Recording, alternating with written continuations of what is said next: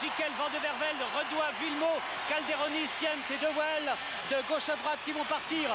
Alors vous allez voir avec la combinaison jaune, c'est Xavier Redois qui est le champion de France dans la catégorie des cruisers, des roues de 24 pouces, 60 cm de diamètre.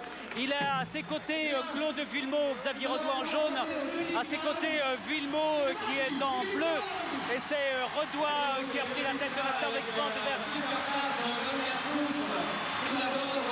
Redois et Villemot sont en deuxième et troisième position, mais Redois en jaune est en train de revenir sur la tête, qui est occupée pour le moment par le Hollandais Van de Werf, Daniel. Et oui, première course ici des 16 ans et plus. Alors que les deux Français seront qualifiés pour les finales. Bravo, belle course des pilotes français. Une deuxième place prise par Xavier Redois qui a fait très grosse impression toute la journée. Voilà, pour commenter ces épreuves, il y a Yves Geniès que vous avez entendu, et également Didier Pourreau qui est l'un des speakers ici, qui suit toutes les compétitions qui se déroulent en France. Yves, voici, nous avons aperçu The Duke, et nous allons voir maintenant la deuxième demi-finale des superclasses. Alors il faut vous dire qu'il y a les professionnels, qui sont les professionnels américains. Les superclasses, ce sont les meilleurs européens, puisqu'il n'y a pas de professionnels en France. Et puis il y a ensuite les experts, les juniors, et puis toutes les catégories jusqu'à 7 ans. Dans cette deuxième demi-finale des superclasses, il y a Christophe Gallardo. Christophe Gallardo, oui Daniel, c'est le numéro 33 à suivre. Et surtout le Hollandais Phil Odengorn, qui avait déjà gagné une finale. Une belle bagarre ici.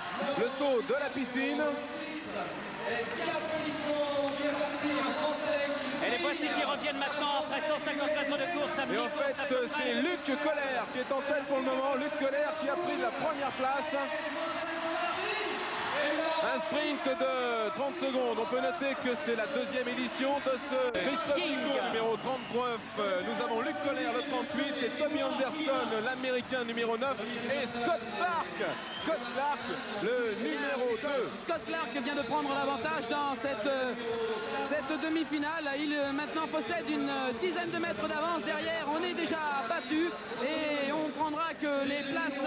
C'est le Français Christophe Vico qui est en deuxième position maintenant. Et oui. Clark va remporter très facilement. Vico est deuxième. Il réussit à battre deux des meilleurs Américains, c'est-à-dire Tommy Anderson et Edward King.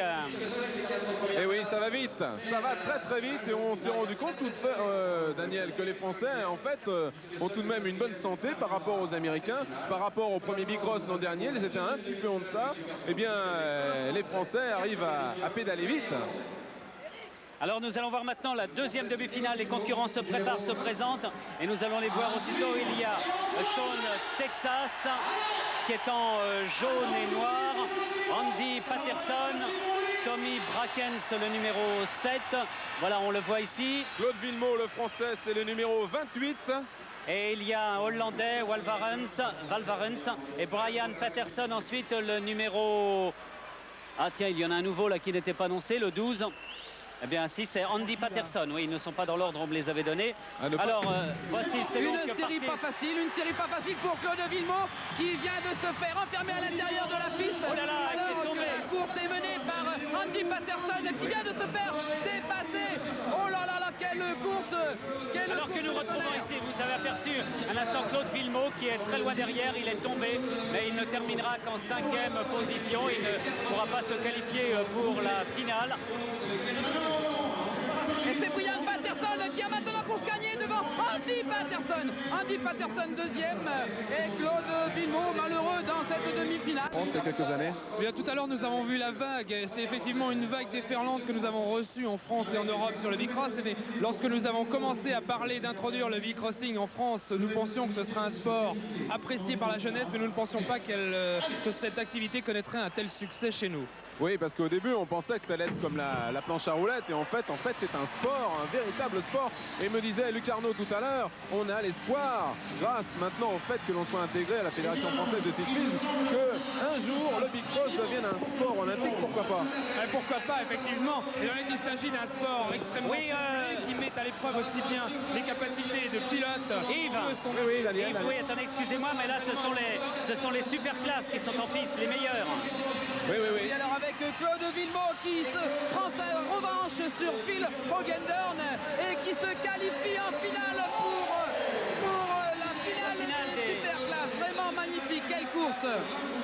La finale des superclasses, oui, Claude Villemot qui réussit à se qualifier. Claude Villemot qui n'avait pas eu de chance tout à l'heure en courant avec les professionnels. 8e du championnat du monde, 4e du championnat d'Europe et champion de France 1985. Claude Villemot qui est de Beaune. Et oui, Daniel, Claude qui est à côté de moi. Alors, de course en course, ça change. On perd, on gagne. Ben oui, c'est ça un petit peu le bicross. Une fois on a de la chance, une fois on n'en a pas. Heureusement qu'on en a quand même un petit peu. Là, on vous voit très essoufflé.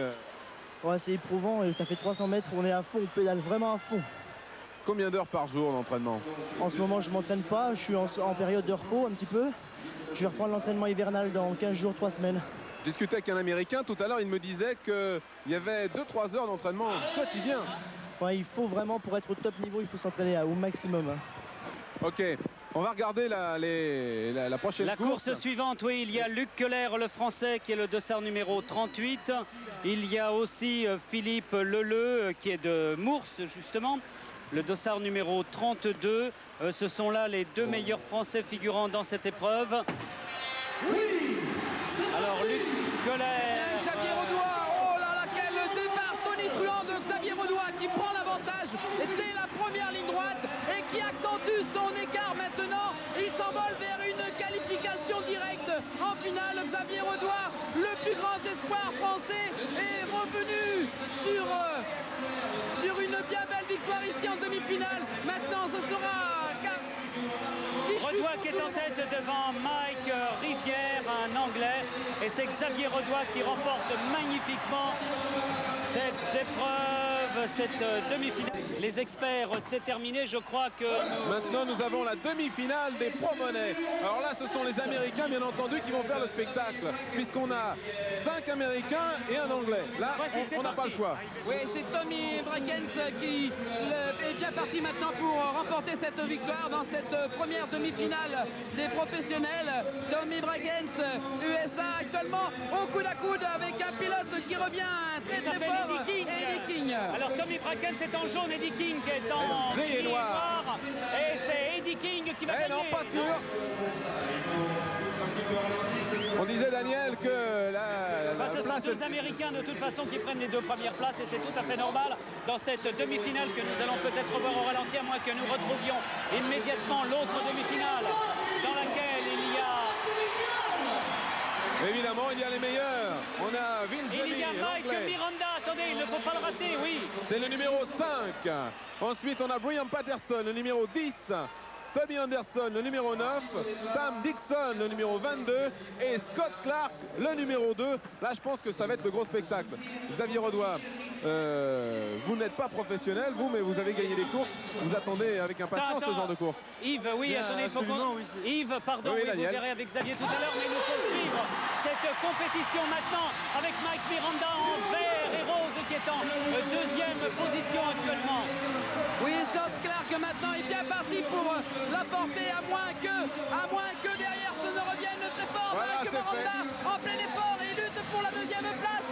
Oh là là là là, quel retour fantastique de Mike Miranda derrière qui revient très fort alors que... Ah non, il n'est que quatrième. C'est toujours Scott Clark sur la double bosse à la fin qui termine devant Brian Patterson alors que Miranda. Et le numéro 7, c'est Tommy Brackens. Voilà. Alors il est en orange en fait, Greg Hill. C'est le troisième, donc 30 voici Greg Hill qui est enfermé ici. Ici, il est en deuxième position maintenant. Il est en train de bien remonter Greg Hill et c'est lui qui prend la tête juste à l'entrée de cette grande double bosse. Et avant la piscine maintenant dans le virage, Greg Hill avec son maillot attaqué par orange. Brackens. C'est Brackens qui est pour le moment en tête. Greg Hill vient de se faire pousser dans cette virage de la piscine. Il est en quatrième position. Brackens qui est devant King. Et en troisième position, Patterson. En quatrième position, Greg